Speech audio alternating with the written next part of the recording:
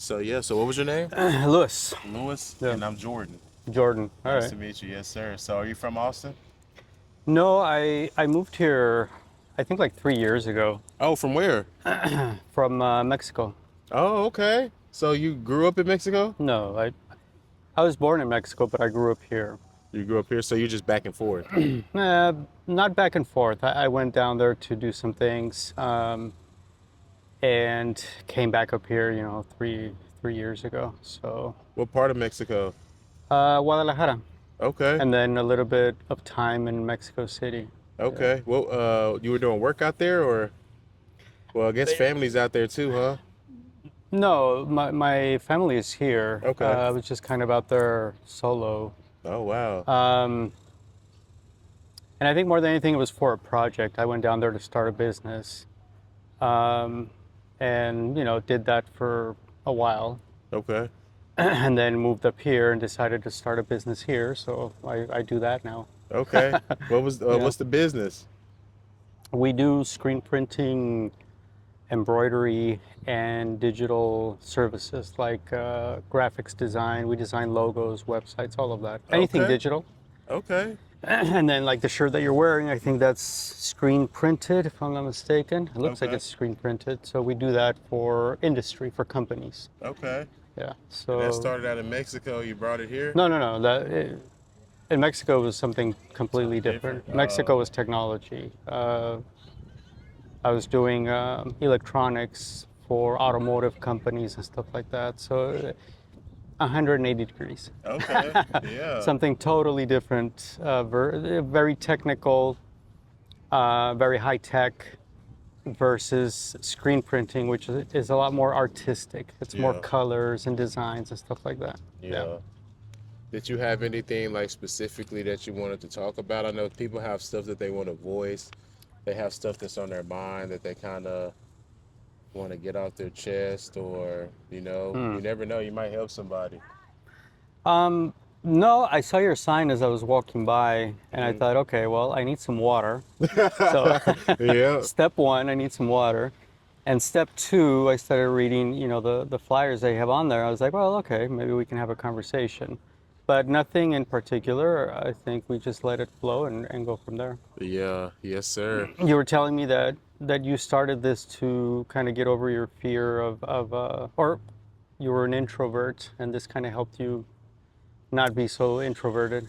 Yeah, it's a long, deep story. I'm actually doing a lecture. I'm putting out a lecture on YouTube, kind of Hmm. breaking all this down. But I'm going through a spiritual change, right? And in order for me to reach my higher self awareness, Hmm. I have to address those characteristics that are limiting me to my full ability. And some of those characteristics could be me facing my insecurities, me Hmm. facing my lack of self confidence, facing my lack of courage, um, tuning into those things, understanding where those things come from, and reprogramming my subconscious mind to have a different belief so that I'm able to stop blocking myself from future potential, Yeah. because. Well, we are our own worst enemy. I Mhm. think throughout history, that's been proven over and over and over again. Fundamentally, your only limitation is you. Mhm. Um, and it can get very deep and complicated in relation to, once you start talking about society, laws, um, family structures, religion. Mhm. But at the end of the day, it's the age-old struggle of, is it choice, is it free will, Mhm. or is it not, right? Yeah. I believe that you do have choice. Mhm.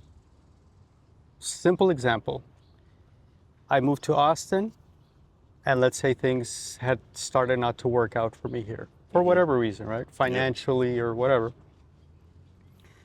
I could say, well, I need to move somewhere else where maybe rent is cheaper, or cost of living is cheaper, and then I could put in the excuse of, well, I don't have money to move, right? I could say I don't have money to move. Hmm. Well, what does that really mean, right? You always have the choice to move somewhere else, and then you could say, well, what if I started a family here and I had a child or a wife, and now I really don't have the money to move, Yeah. right? Now it gets more complicated. But even within that, there are choices. Hmm. I think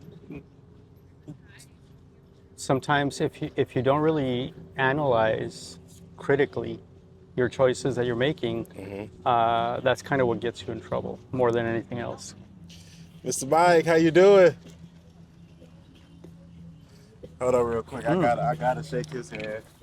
Yeah. Mr. Mike. Yes, sir. How are you? Oh, living the dream, you? You pretty good? Oh, yeah. Oh man, I'm happy to see you. You too. Yes, I sir. came through here last week and I was like, man, I didn't see you. So I was like, man, You know, I that didn't. was like a once in a lifetime thing. It's like, No. I'll probably never see him again. But No. I didn't come last week because it's 4th of July. yeah, So it no, was July it 5th, makes and I sense. was like, man, nobody gonna be out there. So Yeah, it was, I mean, you could see they were breaking down everything and stuff like that, but I still made it out here. yeah, Yeah, see. yeah. Well, I would talk to you, but No, I got it, man. I was walking up and I was like, man, I saw you and I was like, that's him. I said, so I'll say hi to him and stuff I'm like here that. every Sunday. You already know you're welcome. No, I know. I You're appreciate my it. favorite. I appreciate that. Yes, sir. You feeling good today, though? Yeah, I'm good. Well, Okay, and you brought a smile to my face even more, so we're good too. Yes, sir. That's all Thank that you. matters. I'll So, hit you on Instagram. no, I appreciate it. Yes, sir. Trust me, he'll help you. Have a Yeah. great day. You too. Oh yeah, I'm sorry about Yeah. that. No, that's fine. That guy actually, he was my first viral moment on Instagram. Okay. Cool. That was the one who came and talked about his wife passing, Ah. and he Yeah. was a single father of 4 kids, and yeah, it was a whole traumatic conversation we had. But I posted it, and man, it got like almost. I mean, between the two little posts I got, I think we got over a course of like almost 12,000 views. Yeah. So, but yeah, that's why I had to shake his No, it's hand. It cool. was No. we had an intimate Yeah. conversation. No, it's Um, those things are important. but no, Again, human element. yep. But no, back to what you were saying. I'm even more of an on a deeper level with it. So think of it like this. So okay, you have your conscious mind, right? And you have your subconscious mind, right? And so in my conscious mind, you have all these positive thoughts. You have all these creative thoughts. Oh, I want to do this. Oh, I want to lose weight. I want to write a book. I want to be successful. You have all of these things, these positive Hmm. thinking things that you come up with your conscious mind, right? But you don't understand that those thoughts, those creative thoughts, your imagination also fights against the programming of your subconscious mind. And your Yeah. subconscious mind, you use that 90 to 95% of the time. So you can tell yourself, man, I want to write a book. I want to do this. But then in the back of your subconscious mind, you can also be like, man, how you going to write a book? You don't even know how to do this. You don't even know how to do that. You have those negative thoughts. And those things come from your programming from when you were, I hate to say it, but it's from when you were a child. When you're younger, your mind is in a mode of observing. That's why you really don't remember stuff from the ages of 0 to 4, because during that particular time of your life, you're constantly observing. You're constantly recording things, programming your mind to who you're going to be. That's why when you turn 5, 4, or 5 or 6, and the child is thinking on their own, they're already programmed to their Yeah. ways. What was it? I think by age 7, if I'm not mistaken, Hmm. you're pretty much set in Who you're going to who or be. what you're going to be. Be You know. exactly. So you gotta realize that what you observe at those particular ages are things that most of the influence comes from whoever is your guardian, your parents, your grandparents, or whoever it is. Most of those things that you program in your mind are based off the things you observe from them. And Yeah. so your parents go through their own things, they handle things at the way that they handle things, right? So sometimes you have to go back and you have to reprogram your subconscious mind, because you might not understand that those thoughts will stop you from being, or limit you from being the person that you could potentially be. Yeah. Um, I think we. What would you figure it is? More than 90% of the population goes through that, right? And then you have maybe 10% of people that basically are active action yeah. is what I call it. In other words, they do. They don't overthink it. They don't doubt themselves. They just do, right? And whether it works or doesn't work, it doesn't really matter because in their mind, it was never about whether it did or didn't work. It was Hmm. about the actual action of doing it, Yeah. right? And so, those people are to be admired because it's no fear. Hmm. Literally, it's zero fear. It's like if I end up living on the street under a bridge tomorrow because of my decisions, perfect. I'll get up again, I'll dust off, and I'll try again. Hmm. Um, and then you have the other side of the coin, the other extreme, where somebody that was never able to get out of that programming ends up homeless, ends up on the street, ends up living under a bridge, and that's it. They're done, you know. But both can be true at the same time in regards to the consequences of our decisions as people, Yep. as humans. You can end up living under that bridge and be there for the rest of your life, Hmm. or you can end up living under that bridge, dust off, and get back up and start over again. So it's, Exactly. you know, And how I really came into that is like when I was doing visualization. So I was practicing visualization, which is what do I see myself being, and I'm visualizing it, and I'm living in it present. I'm living in it present tense in my mind, and those characteristics of that person that was that I vision myself to be, mhm, I didn't have those same characteristics now, which is well, I'm outgoing, but I'm saying more conversational. I picture myself doing lectures in front of people. I picture myself teaching meditation. I picture myself being an inspiration for people. I picture myself doing all these positive things.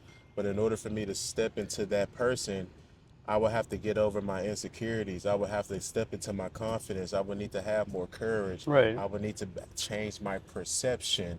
And those are the things that I have to work on in order for me to get to that purpose. What is your background? Let me put this in silent mode. What is your background in regards to these things that you want to do? Do you have a background in it, whether it be life experience or educational, or is it just something that you feel? No, I've always wanted to be an inspiration for people. That's just something that I always wanted to do since like I was young. I don't know where it actually came from or where that came from, but Hmm. I grew up in the church. I'm not really a church kid right now. Like I'm more spiritual, but they used to tell me when I was a kid in the church, like you're gonna grow up, you're gonna be a pastor, like you're gonna. Mm, So I don't know. I always had a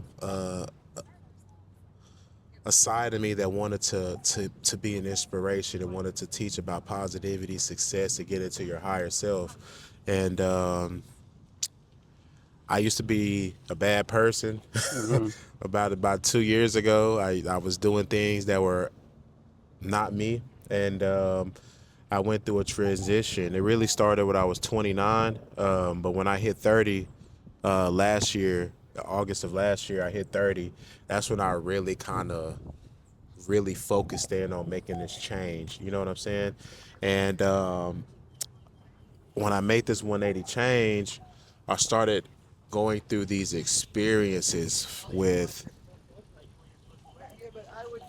just how hard it is to try to reprogram your mind to be a better person and try to make a huge change that I did in my life and do the things that I did. It took hard practice, and it took a lot of downs, but I got myself back up, dusting myself back off, and I never gave up. But once I continued to go through my journey, what I learned while I was on that journey, I documented it. Okay. And there, those experiences that I went through, I know that they work because how I feel in my position of life that I am in right now. So I'm like, bro, you went through all this, you did all this inner work, you did all this self therapy, you did all this changing, and you got yourself to a better space. You're getting yourself into the person that you want to be. Now I want to be able to teach what I've done to get other people to that point. Does that make Yeah. sense? And so, do I have a background in studying and all this? No, this is all me off my personal Yeah. experience, Well, life experience. I life mean, experience. Yes. yeah. I've always thought that the balance between having what is commonly known as book knowledge or university knowledge or school knowledge versus real life knowledge is an important thing. I'm not going to minimize education in that regard, institutional education. I think it's important. Yeah. Um, but at the same time, even throughout my career and through the things that I've done, I've met some very intelligent people Hmm. that didn't finish high school, Yeah. and they're running multi-million-dollar companies. Uh, and I've met some pretty stupid people. Yeah. I've met some pretty stupid people Yeah. that are also running multi-million-dollar companies. And so, but it's my perspective, right? One could argue, well, what is smart or intelligent to you, and what is stupid to you? Yeah. Yeah, we could get objective, and we could measure and quantify, both cases. But at the end of the day, the question is, are both of these people doing what they want, what they love? Are they natural to it? And are they adding something positive to general humanity, right? I guess you could say. And if the answer is yes, then, does it matter? Yep. Does it matter that one made it that far one way and the other one made it that far the other way? Maybe it doesn't. Yep. Um, but a lot of the things are measurable. Helping people, I think, is a measurable thing. It's noble to want to help people and extract, right, from people's minds, what they may be stressing about. Yeah. Um, and, like the gentleman that, had the situation with his wife and all of that. Um,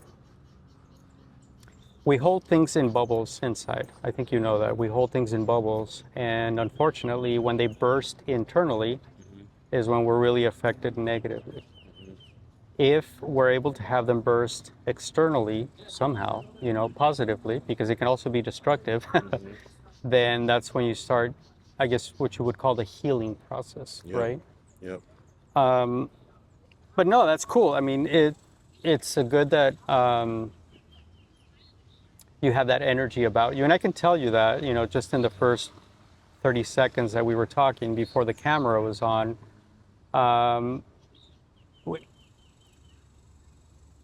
believe we all humans, I believe, as long as you're awake, have the ability to kind of feel a person's energy. I really do. Yeah.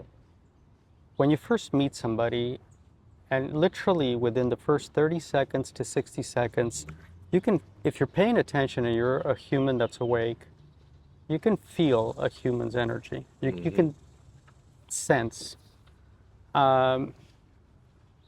And what I can tell you, as far as what now you're discussing with me and mentioning about what you have always felt your life goal was, right? So I felt a sense of calmness, right? In the first 30 seconds, there was a sense of calmness, which I think translates to, if you have a human that's very chaotic inside, that calmness helps that human relax. Yeah. Right? And so you have that, which is good. And then the other part is, you have a personal experience of a negative life, I guess we want to call it that, turning into a positive life. So the darkness and the light, you know. And I think for your goals and the things that you want to do, these things are important, right? Because if it was just cold, like if it was just book knowledge, institutional cold, it would be very difficult to have that connection. Yeah. Yeah. Yep. So yeah, man, I appreciate that. That's a lot of people say that when they come up here and they meet me or they talk to me, they be like, bro, as soon as I came up here, I just felt like I just wanted to just vent, or I feel your calmness. You feel like a spiritual person. Like something is dragging me to talk to you. Like everybody says that. I don't Hmm. know what that is, but maybe because I'm coming more Maybe it's into something you put in the water. yeah, yeah, probably. But I've already tried. I've already helped a bunch of people on my TikTok. And when I was first going through my transition, and I was going through things, experiences, and kind of teaching what I was going through, I was just releasing videos with like topics, right? One of the topics was like transferring data into failure, right? Hmm. And I talk about how failure isn't failure isn't a stop sign. Failure is for you to look at what happened. And I broke it down more in details. I'm just giving like a brief overview, It's a but building block. yeah, Failure is a building block, a yeah. stepping stone. You look at where you went wrong at, you observe where you went wrong at, you strengthen that weak area, and then you go back in and do it again. Just Yeah. because you fail doesn't mean stop. It just means like, okay, I did it, but I did it wrong. Where did I mess up at? Okay, I need to change this. Now let me go do it again. But I broke it down more in a more better detail than that. But that was because I failed multiple times. Yeah. I have failed multiple times. So it was easy for me to sit there and type out my experience to try to teach that. Or when I was struggling with my self confidence and trying to break through that, I released a video about self confidence and how self confidence is actually a skill. Self confidence is a Mm. skill that can be learned, it can be strengthened, and it can be practiced. It's also an action. You can't gain self confidence unless you do. And you have to do repeatedly over and over and over again. That's how you gain that confidence. It's almost like driving. When you first got behind the wheel of a car when you were a kid, you have both hands on the steering wheel. You're driving. You got your driver's ed teacher next to you, your mom, your dad, or whoever it is that's teaching you at the time. They're probably getting on you like, check your blinkers, make sure you check your rear Hmm. view mirrors, your seatbelt better be buckled. And you're driving. But you were in an uncomfortable situation, but that didn't stop you. You kept doing it over and over and over again. And if you fast forward to now, you look at back when you were a kid and you were behind that steering wheel, you fast forward now, your confidence now grew so much. You got your seat back now. You Yeah. driving with one hand. Matter of fact, your confidence is so good that you tell the people that I can drive. Everybody else can't drive. I'm the best driver on the road. Like that's how good your confidence got from you doing it over and over and over again. It's repetitive. You got to repeat it over and over. And Yeah. once I kind of broke that down and was teaching that, man, I helped so many. I have a lot of more videos. It's about just different experiences, but that's how it started. And then I was like, bro, you need to go out here and just have conversations, bro. Yeah. Think about it as muscle memory, right? Like Hmm. I, Exactly what it I is. I play guitar, right? Hmm. I've loved music my entire life, and I play guitar and I play piano, right? And you know, when I practice practice, not to play, Hmm. it's all about muscle memory. It's like, okay, these are the notes, Yep. these are the scales, this is the sequence, and then your fingers move in time Yep. towards that sequence, and you repeat it 100 times, and it's muscle memory. Yep. Suddenly, you no longer have the metronome. You're no longer looking at the notes. Now you just remember it, right? Yep. And so you start playing, and then you make it musical, Yep. right? Now you add character to the notes, so it doesn't sound like an exercise, so that it sounds like music, Yep. right? And so I think in life and in interaction with people, it's kind of the same thing. I've been an introvert my entire life, Hmm. or at least that's what I tell myself, because interestingly, in the things that I've done and the things that I do, I have to have communication with people. I was gonna say you you had know? to. If you're a business owner, you have to change that, right? Exactly. So it's like one of those things where it's the struggle within, right? The Yep. struggle within of I have to go out and talk to people, I have to knock on doors, I have to, pick up the phone and call, versus, I struggle interacting with people. Yeah. But for example, being out here in downtown Austin and on the trail, right? There's thousands of people going and coming and going and coming and going. Um, and from time to time, I've struck up conversations, with people if I feel there's like an energy that draws, right?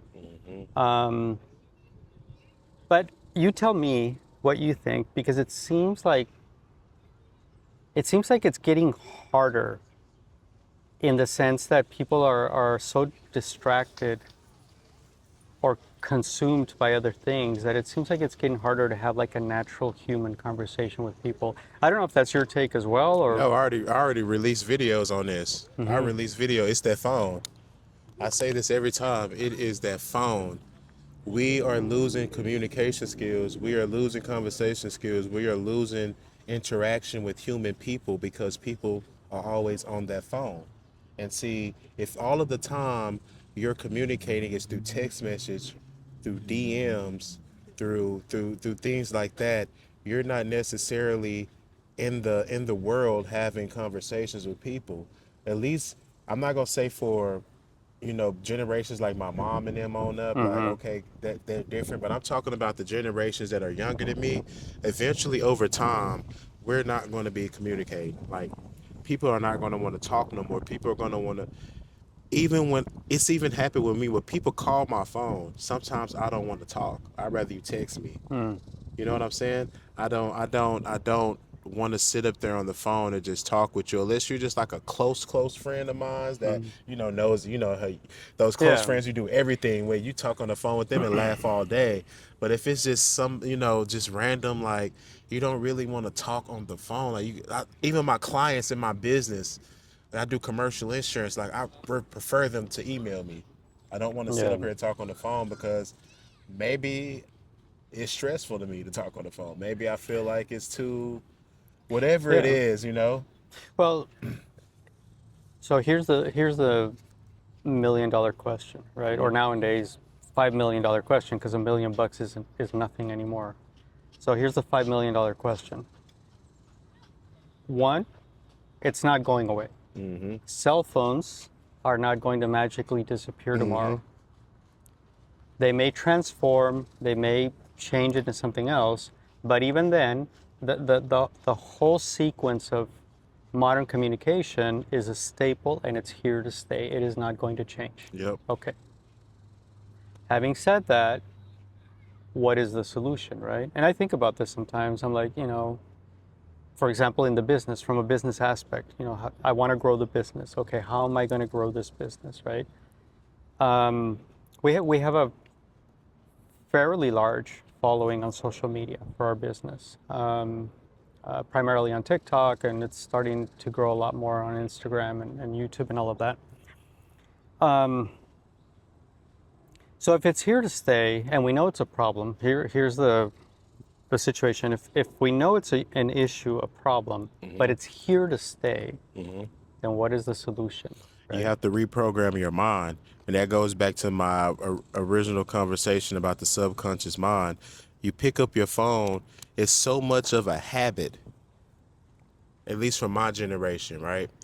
It's so much of a habit you don't even realize it. Anytime you feel a bit of discomfort or your body signals something as stressful or a threat, right? Mm-hmm. For example, I'm supposed to be studying. I know I'm supposed to be studying, but instead of me studying, my body is deeming that as a stressful event, even though it's not even stressful. It's deeming it as a stressful event or something that is going to put my body into some type of discomfort. So, what does my brain tells me? My brain subconsciously is going to want to do the most Dopamine. dopamine. It's going to want to do what is what is more comfortable versus what is less Right. comfortable. So if it's less comfortable for me to study, and it's more comfortable for me to scroll on my phone, then you finna scroll on your phone versus Yeah. in study. And that's because it's just embedded into your subconscious mind, just out of habit. You don't even realize it. You just pick your phone up without you even noticing it. You just automatically get to scrolling. You have to reprogram your mind, and you have to force yourself to stay off your phone. And when you go out in public, Don't be on your phone. Actually talk to people, Yeah. conversate. Imagine, I mean, yeah, of course. And that's why I started this. Yeah, and the thing is, fundamentally, I think I think people in our generation, the generation before us, our generation, and potentially the generation after us know this. I think they consciously know this,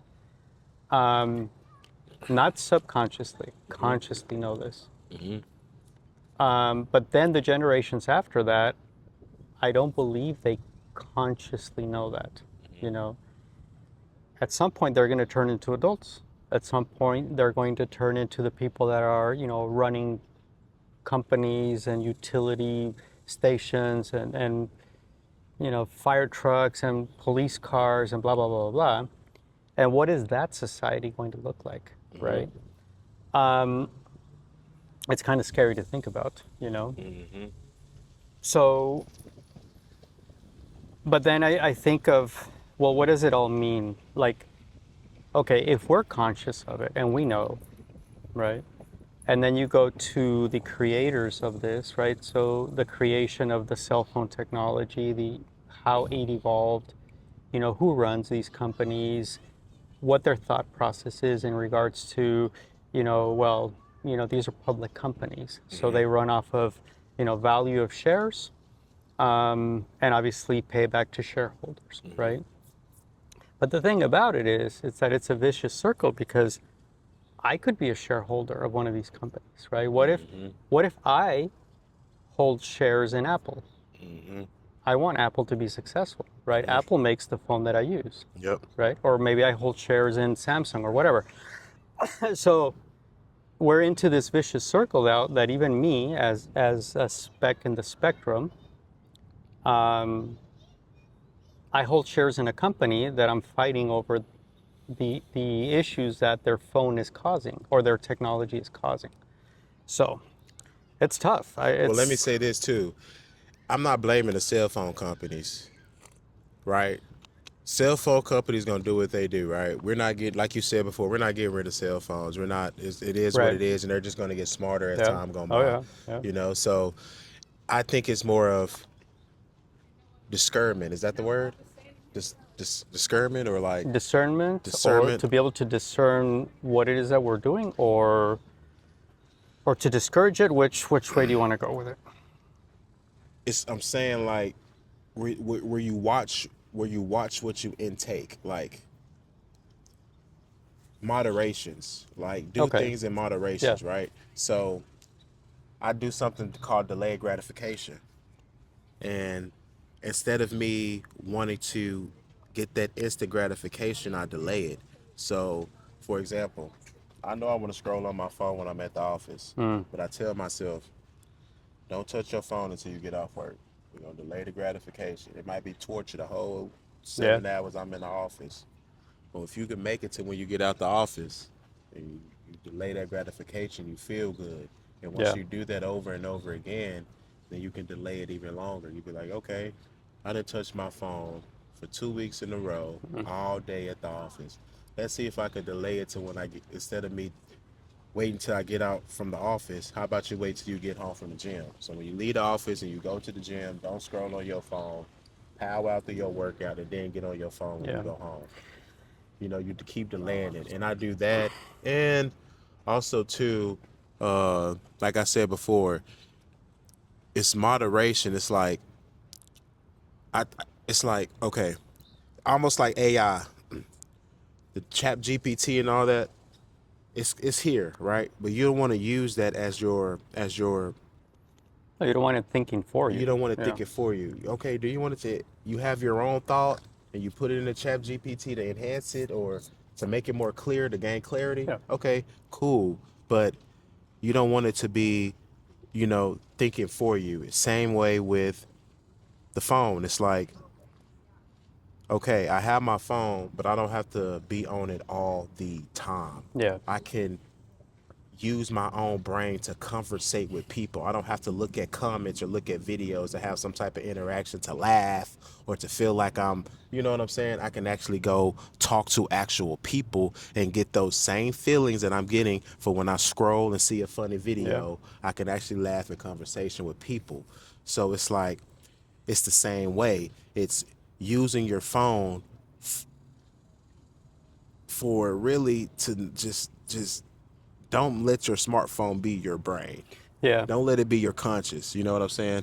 Well, when you when you think about it, right? Because I think we all go through, those cycles where we we forget that we've fallen into that cycle of overusing the phone to scroll through social media, right? Mm-hmm. It was like literally when it really started getting a grip on people, it was literally like a virus, Mm-hmm. right? Like a plague that plagued all of us, Mm-hmm. right?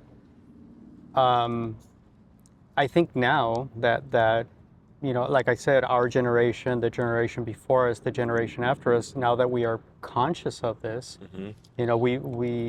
I want to believe we scaled back a little bit, Mm-hmm. because now we're conscious that, oh shit, I can't be scrolling 8 hours on my phone. Yeah. Um, it's the newer Doom generation scrolling. that I'm worried about. Yeah. So the point is, yes, delayed gratification is like, it's a simple concept that is the most complicated for most people. Yep. I fast, right? So That's the ultimate delayed yeah, gratification. Everybody want to eat. periodically I'll Yeah. go, 4 days without eating. Yep. And what have I learned from this, right? Besides the absolute torture that the first 3 days are. Yeah. So the first time that I did it, um, the you you can't imagine the amount of absolute strength that it takes to not eat. Yeah. You just can't imagine it if you've never done it, Yeah. right?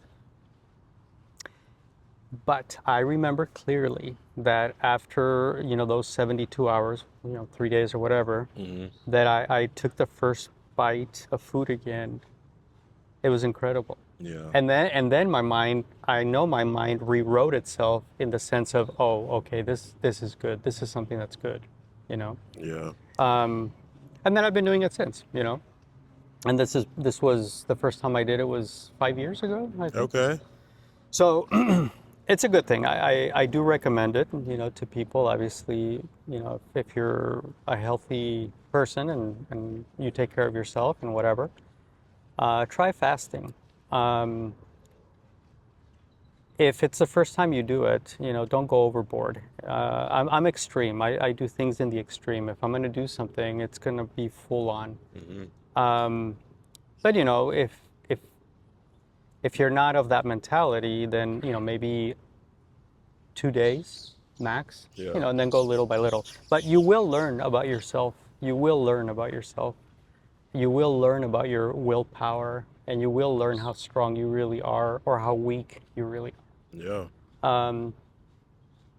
And so for everything that's coming, with AI and the way that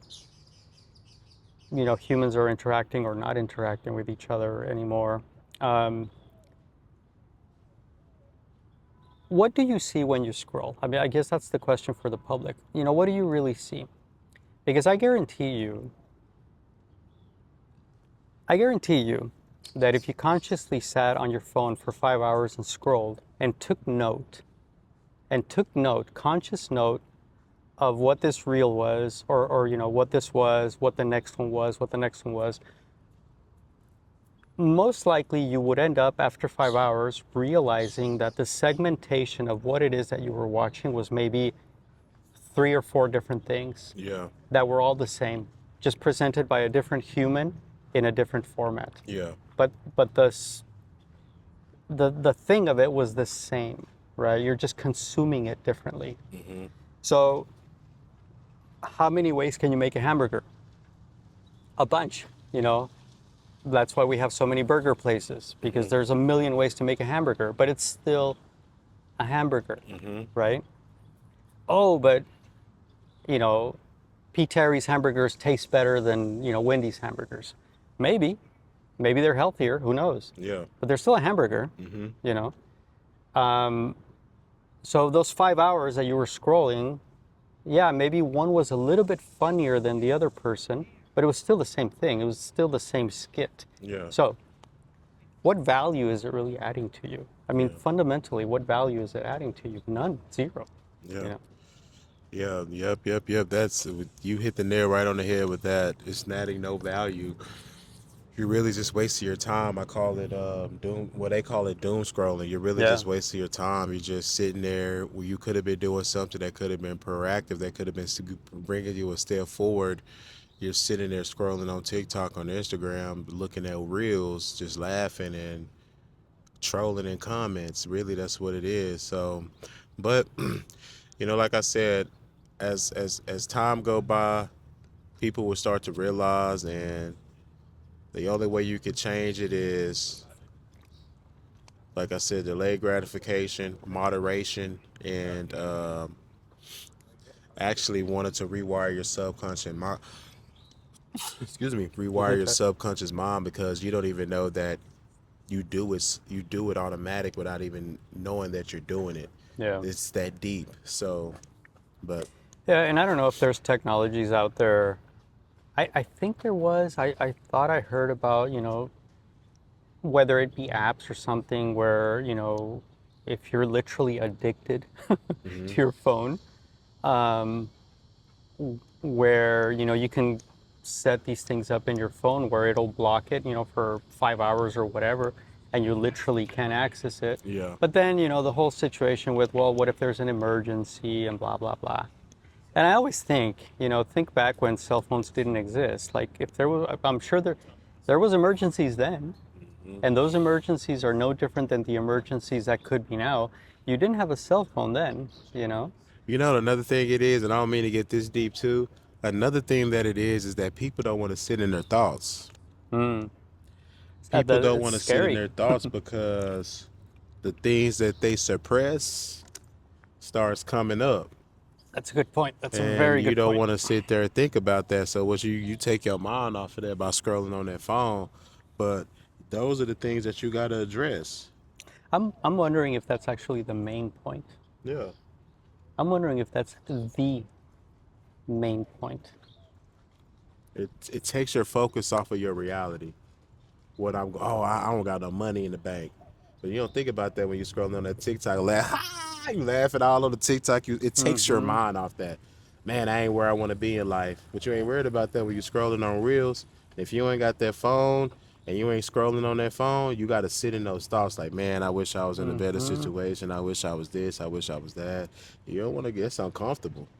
That's uncomfortable. You don't want to imagine the people that's in jail with no phone, no TV, no nothing. All they do is sit in their thoughts. Yeah. I feel like people in jail probably got strong minds because you literally are fighting your mind all day. That's literally what they do. Fight their mind all day and hope to have conversations with other inmates.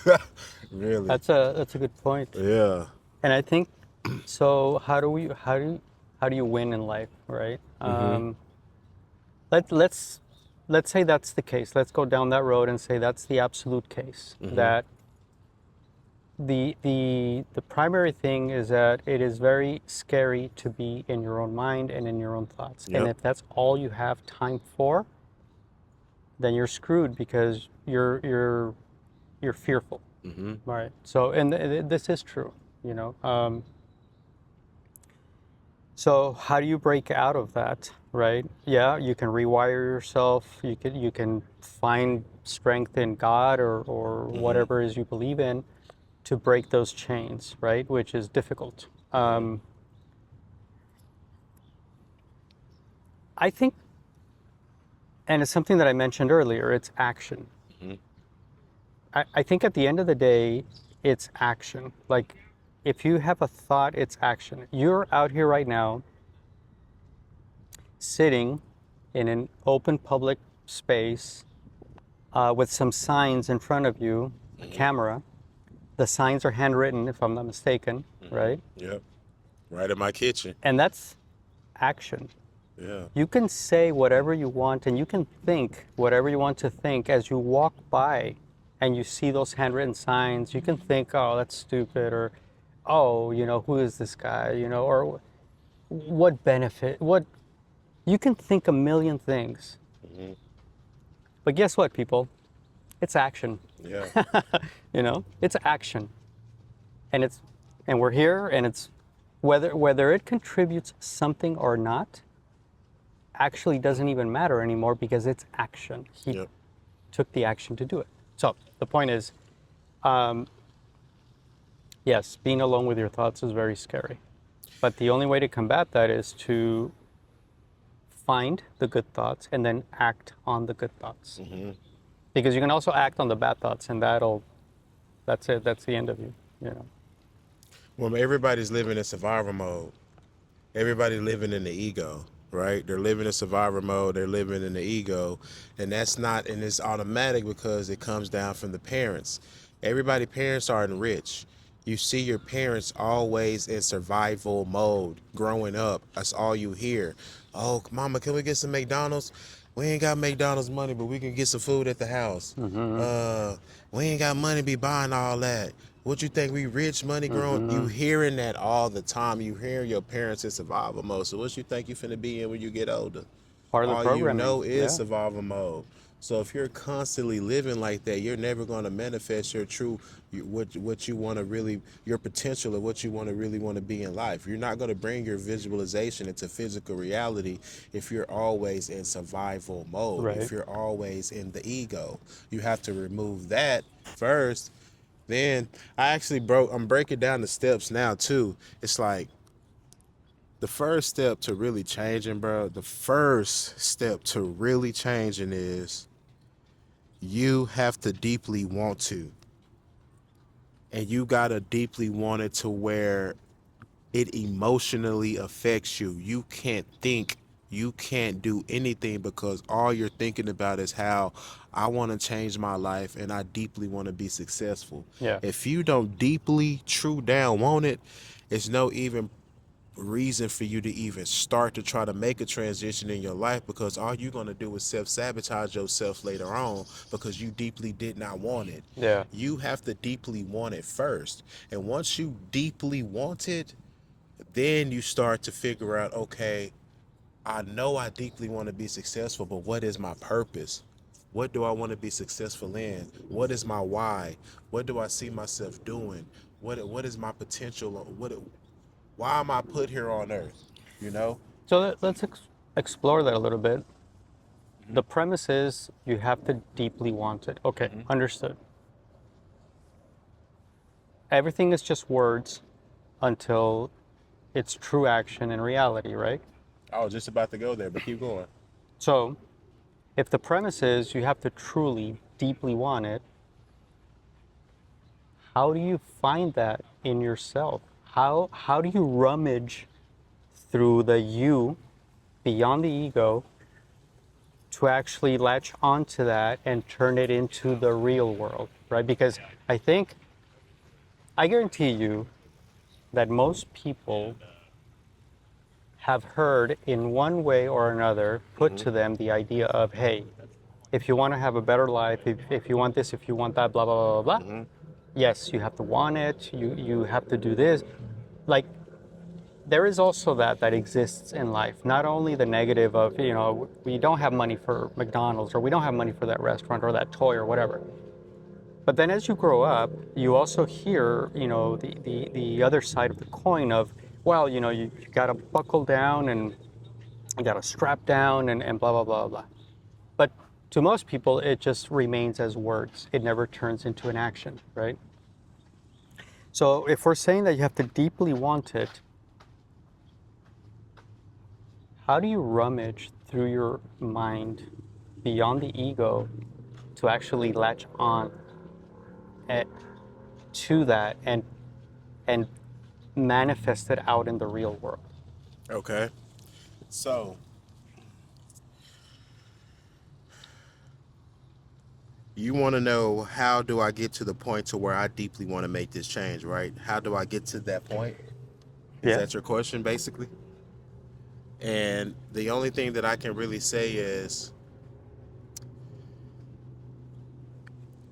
once you get tired of living in autopilot, once you get tired of living in the same cycle where you might change some stuff. Oh, I switched jobs, right? Oh, I got a new job. It's better over there, but you're still doing the same thing. You just went from one company to the next. And when you're tired of living in autopilot and living in a cycle, and you want to actually do what you dream, you want to complete your aspirations, you have goals you want to accomplish, you want to be successful. Once you actually get to that point, that is when you'll get to the point to where you deeply want it. Until then, you're always going to be stuck in the autopilot, the same cycle.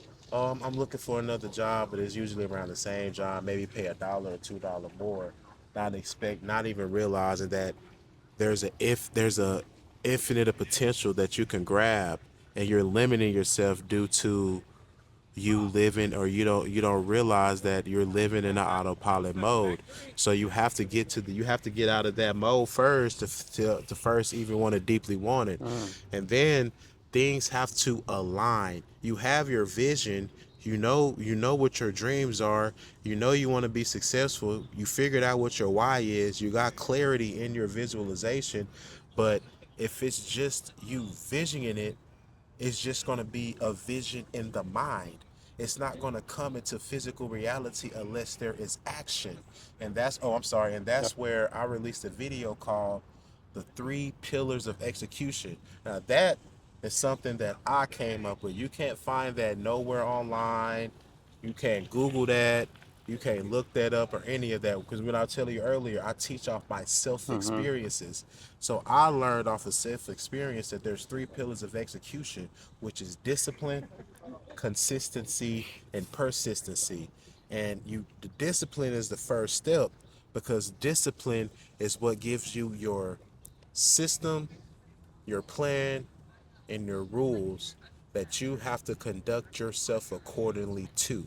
So if my goal or my dream or my vision is I want to lose weight, I'm picturing myself 100-pound lighter. I'm living. I'm athletic.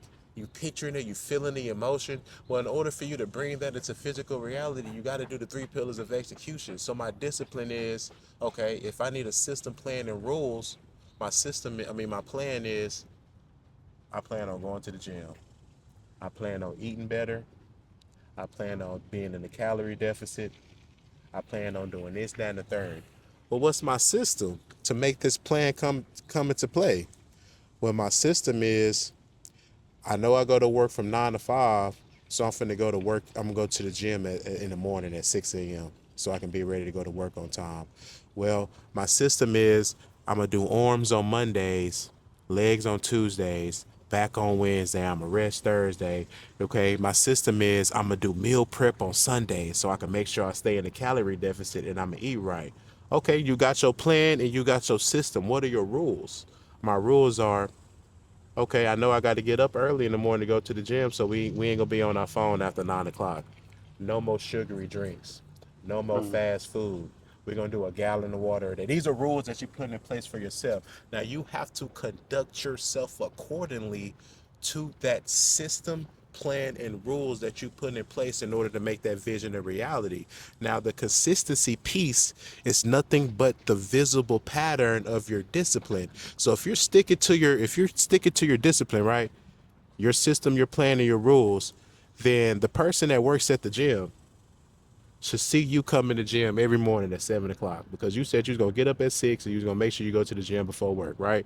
So the person at the gym will see you come in every morning at 7 o'clock, and in the back of that person's mind, they might say, "Man, that guy's consistent. Mm. He's here every morning at 7 o'clock. He's consistent with it." But they don't know that it's the discipline that you put in place, which is making you show that consistency. They don't see the alarm clock going off at 5 a.m. They don't see you dragging yourself Yeah. out of bed. They don't see you doing all the meal prep and all of that other stuff. Uh, They don't see all that. They just see your consistency. And that persistency is that's what gives you that persistency gives you something that discipline and consistency can't, and that's resilience.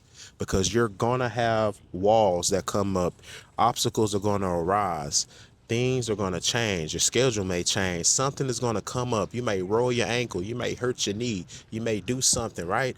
But instead of you allowing that to stop you, that wall that came up, instead of that letting you stop you from getting to the end goal, you persist anyway. That wall, you want it bad enough that that wall, you actually climb over that. You dust yourself off.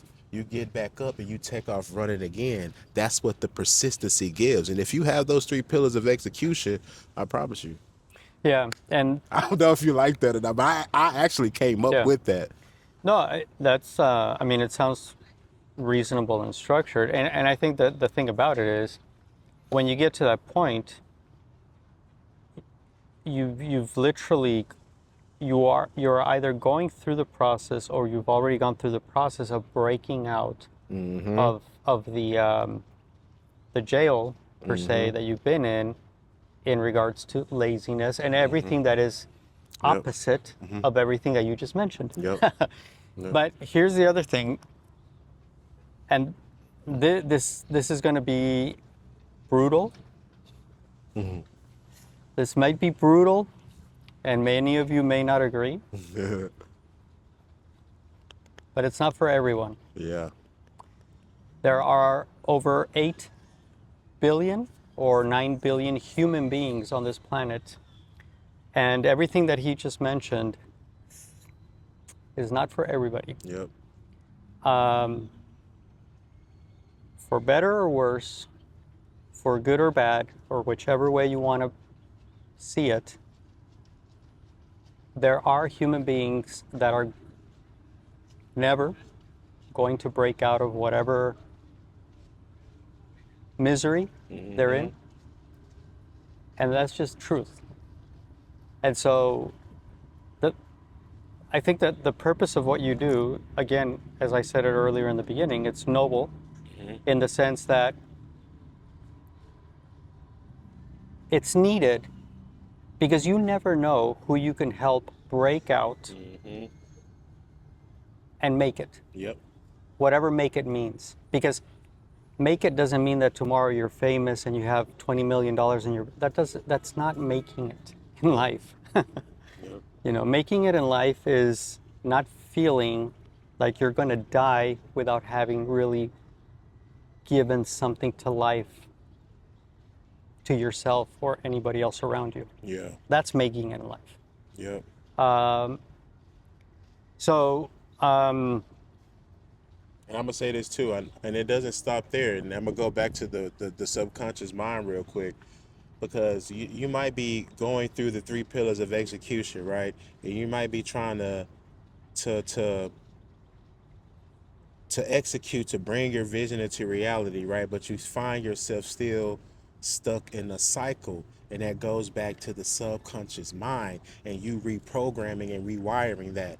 Because what you don't understand is, I'm finna get personal. I was a fat kid, right? So I was picked on as a kid. You fat, you know what I'm saying? They roast you, all that other stuff. Those are traumatic events, right? And if that has happened over and over, yes, you can grab two. If it's something that has happened over and over and over again for years, that means this traumatic event is deeply rooted into yeah, my subconscious mind, right? It's deeply rooted. So what does that does? What does that traumatic event does? Well, that's what's going to build those insecurities. yeah, That's just what's going to build that lack of self-confidence. That's what's going to build that fear of rejection, because you feel like you don't look good enough, so there's no reason for you to approach a certain girl, or you're nervous to network with people because you're afraid of your appearance or what they would think that you look like. Or when you go out in public, you are shy. You don't want to talk to people. You just want to stay back and just, if you're with a friend group, you're just going to cling on to that friend Yeah. group versus then trying to go out and trying to make new friends because you're afraid of your appearance, not knowing that all of that stems from a traumatic event that happens from when you were a kid that is deeply rooted in your subconscious mind, and those that is stopping you from making progress in your bringing your vision into reality because it's stopping you from your powers. Yeah. Did that make sense? Yeah. Yeah. I'm It's trying to it, explain it the no, best way I can. it's in all of us, no doubt. I am a believer. I am a believer that it is in all of us. It's not in some of us. It's not about who is born at what scale in life, or to what family, or to what name, or to what country, or to what city. I don't believe it's that. I think we are born. It's a blank slate. Yes, for better or worse, we go through a programming stage or a programming cycle between the moment we're born to when we're about 7 years old. And I'm not naive either. Yes, I'm conscious that it's very different. If you're born in the United States of America versus being born in, I don't know, Cuba, for example. Yes, there are situations that will surround you, that may affect, what you do in your life. So again, that is why, yes, we said the brutal reality is that not everyone's going to be able to make it, whatever that means to you, right? One. But two, everybody does have the opportunity to make it, whatever that means to you. Yep. Because it's in all of us. And it is a choice. I know many of you won't believe that, but it is a choice. Yep. Difficult ones at times, but it is a choice. Do you believe in divinity? Or do you believe that people possess divinity? Well, I think that would be egotistical to think we're at that level as human beings. If you're referring to it at the human level, right? Are human beings divine? To me, divinity means we are the top of the top of the top, right? In existence. And I don't know that we are. I don't know that we are the only thing that exists in a conscious fashion. You guys can interpret that as you want. But No, I get what you're saying because if you really think about it, we're the only species that know that we got to die. yeah, how divine are we if we die? you Well, I'm know? saying like a lot of other species, they might have, okay, how can I put it? An animal doesn't really know that they don't know that there's death, right? Right? Like, as far as like how we know, does that make sense? Like, we know that we're going to die someday. If you look at it, we are the only species that really have that sense of consciousness to know that. That deep That's at that that level. deep at Yeah. that level. That's why humans' number one fear is death, because we know it as so deep at, everybody number, what's your biggest fear? Oh, I'm scared I'm gonna drown. It's always something that's linked to death. Right. You know what I'm saying? So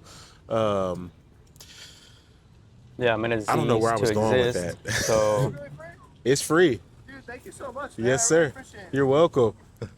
yeah. I don't know So where I was going with that, but well, divinity, right? In oh humans, yes. divinity in humans. I believe that human beings are a unique creation in in existence. I want to use the word God, but I want to be careful about that because what is God? Is God a man-made concept, or is God an abstract concept that we can consciously tie to creation, right? And it's debatable either way. You know, you can be on either side of the fence, it's fine. But um, we are definitely unique, for sure. Mm-hmm. I think you cannot look at a human being, and one, the engineering of the human body. I'm not a doctor, but man, there are things that intrigue me beyond what I do. Mm-hmm. And the human body, from an engineering perspective, is a masterpiece, you know? And so when you think about that, you're like, okay, when we cut down a tree, or even, we look at the grass or the weeds here, are they as complex as the human body?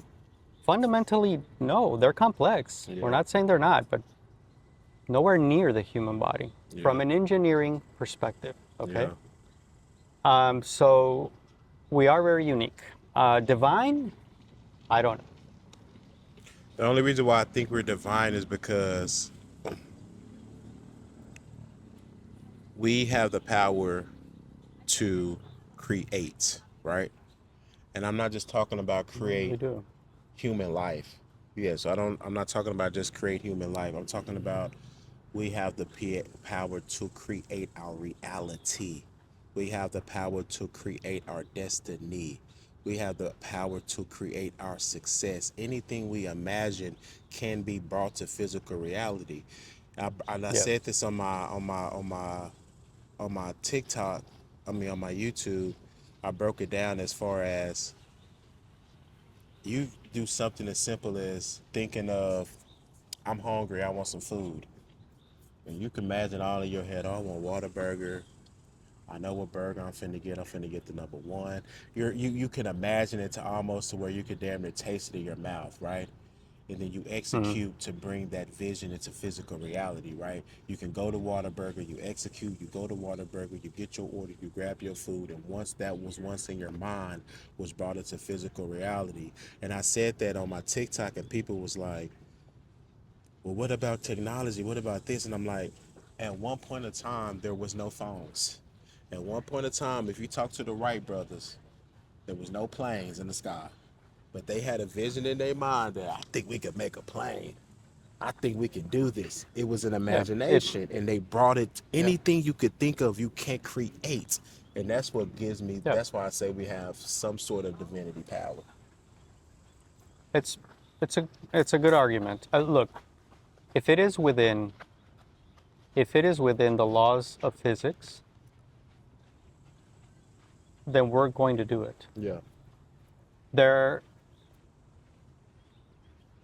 my intuition, my instinct, from the things that I've learned in life, Mm-hmm.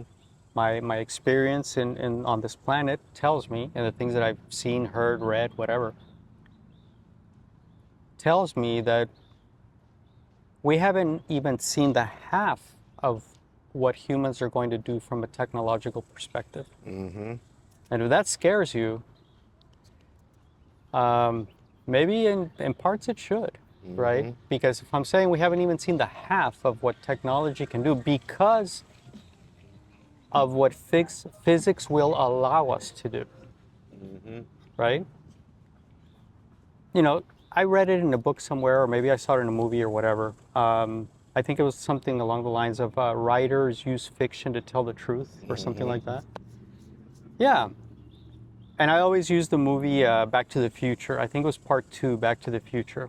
There are a lot of things in that movie when it came out that were like, oh, that's science fiction. And I guess you could use a lot of different movies in that way. Oh, it's just science fiction.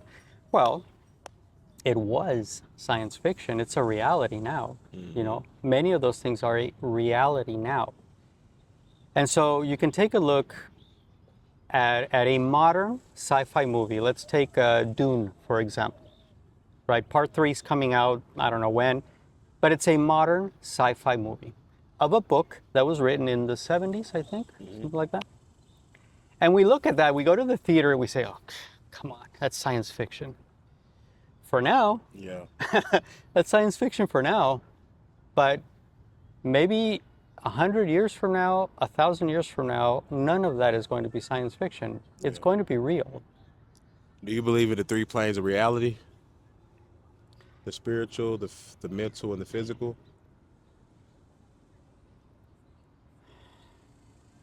I have to. I have to, because if I try to present arguments against one, another, or another, it's impossible. Okay. We are here physically. We are in our mind. When we're in our mind, sometimes we feel like we're not here. Mm-hmm. We can go somewhere else, Mm-hmm. spiritual, right? Mm-hmm. So yeah, I have to. I have to concede that those concepts are real. Yep. And that, that's a whole other conversation as well, because it brings religion into the factor of the spiritual, whether you believe in God or not, whether you believe in, evolution or creation. But one thing I do know is and I'll leave you guys with this. Fundamentally, as long as physics will allow it, Mm-hmm. human beings are going to do it, Yeah. right? So the next time you go watch a sci-fi movie or read a sci-fi book, and you really want to know where we're going, take a concept that you saw in that movie or that you read in that book, take that concept and maybe investigate it a little bit in relation to physics. Mm. And you're going to know whether it's doable or not, right? And some things are going to be absolutely and incredibly difficult to do because we haven't created yet, it hasn't come out of somebody's mind into reality, but it doesn't mean that physics doesn't allow it. Physics will allow it, right? And I don't know if it was Jefferson, I don't remember if it was Thomas Jefferson or Benjamin Franklin or one of the founding fathers that at the time said, right now we are limited. Right now we are limited in how much we can absorb, control, conquer, if you will, of the world, because we're limited by technology, by what we have, by our resources or whatever. Yeah. But he said it clearly. But at some point, as time progresses, the United States of America will control everything. Now, obviously, I'm referencing something that has nothing to do with creation or whatever. It has more to do with, control and expansion and conquering and whatever, right? And you can have your own thoughts about that as well. But the point is, reality manifests based on the plan that you make. Yeah. The United States of America was born as a project. It wasn't born as something random. It was born as a conscious project made by conscious minds that set a plan in motion, and here we are. Technology is the same thing. More so now that the scientific minds and the technological minds are more conscious of it. Will there be a moon base? Does physics allow it? Yes. Will there be ships that fly? I don't think we could. Yeah. I'm gonna let you finish, but I don't think we could go to the moon. Well, I think we're in the firmament, but I'm gonna hold that down. That's a conversation for. yeah. That's a conversation for another day. But Well, I think, and it's an interesting point, but I think it goes to the point again, physics. Look around you and question, what does physics allow? And even to the idea of whether we can escape this planet or not, think about it in terms of physics, right? Is there a firmament? And if the answer is yes, the next question is, does physics allow us to go beyond it? And if the answer is yes, then whether there is or isn't doesn't matter anymore. What matters is physics allows us to go beyond it. Now we have to just fight to get beyond it, right? I'm gonna tell people, do your research on Admiral Byrd. Oh, what's Admiral Byrd's first name? I just know it's Byrd. Admiral Byrd. Do your research. He has a theory on hollow Earth, and he has a theory on the firmament. Admiral Byrd was a naval explorer back in the World War II, World War One era, and he explored Antarctica, and he came back, and not only did he say that there was an ice wall that we are surrounded by, but he also said that he found land that was the size of North America that has never been touched. Greenland, not ice. He's talking about green with trees, never been touched, never been hit by man. And then he also said that he found hollow earth, which was people that was living inside of the earth that had full cities that were inside of the earth, and they were so advanced in technology. They told Admiral Byrd that we shouldn't be experiencing with nuclear power, because at that particular time America started exploring nuclear weapons and doing all of that. And Admiral Byrd said the people that he met in the hollow earth that had ships and all types of stuff that fly, all types of stuff, that we should not be using any type of or doing anything with nuclear weapons. And I'm not making this up. Admiral Byrd, do your research. Yeah, no, yeah. I mean, I've heard the theories, but you know, I take a practical approach to anything that I read or hear, and the practical approach is physics. You don't have to be a scientist or a mega engineer or whatever. You know, physics has fundamental structure, and if you understand the fundamental structure, then you can look at your surroundings in life and determine, you know, what part of physics is applicable to that. Yeah. Physics, you know, if you tie it to nature as well. And so anytime I hear, you know, theories like this and stuff like that, you know, I always apply the concept of physics, and I say, well, you know, is it possible from a physics perspective? Yeah. Is it possible, right? But yeah, we don't know anything. I mean, that's the other brutal truth from this. You think you know something, but we don't know anything. Yeah. Because it's all real projection until it's not. Yep. And so, can we even break out of this planet, if it is a planet, if it is a globe? Talk to physics. You know, that's my answer to a lot of those things. Talk to physics, and you'll start to understand whether we are not, can or cannot. Yeah. So, And I know that everybody go bring up, we went to the moon before. All I'm gonna say is Walt Disney. talk That's to it. physics.